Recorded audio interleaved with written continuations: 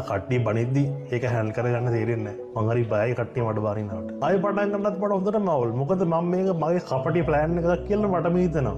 එහෙම ඔයාලට හිතනවද? නිකන් බලන්නකො සබ්ස්ක්‍රයිබර්ස්ලා නැහැ. Facebook එකේ followers ලා දැන් ලක්ෂ පැනලා තියෙනවා. 70000 වල තිබ්බේ කලින්. එකපාරම ලොකු බූස්ට් එකක් ආවා මේ ප්‍රශ්න නිසා. බලන් ඉන්න ක්‍රියේට් දෙන්නේ මේක මගේ ප්ලෑන් එකක් කියලා. මට ඒක කරන්න දෙයක් නැහැ. එහෙම තමයි.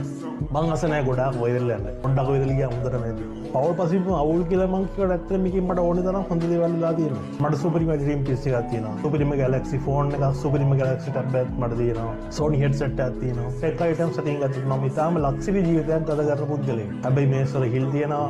කලි සමුවල පල්ල පැලිලා ඒ ප්‍රශ්නේ හැමෝටම තියෙනවානේ. මටත් ඒවා තියෙනවා. ඔයාලට මගේ වීඩියෝ බලද්දි මේ වීඩියෝ එක බලද්දි ඔයාලට හිතනවාද මං හෙන හොඳ කෙනෙක් කියලා? නෑ එහෙම නෑ. මම ඕනේ තරම් තක්කඩි වැඩ කරලා තියෙනවා. මම සිල්පත් කෙනෙක් කියලා ඕගොල්ලෝ හිතන් ඉන්න එපා. කොහොමද එහෙම හිතුවාම පොඩි හරි ප්‍රශ්නයක් ආවම ඕගොල්ලොන්ට හිතෙන්නේ මේක මෙහෙමද කියලා. එහෙම හිතන්න එපා.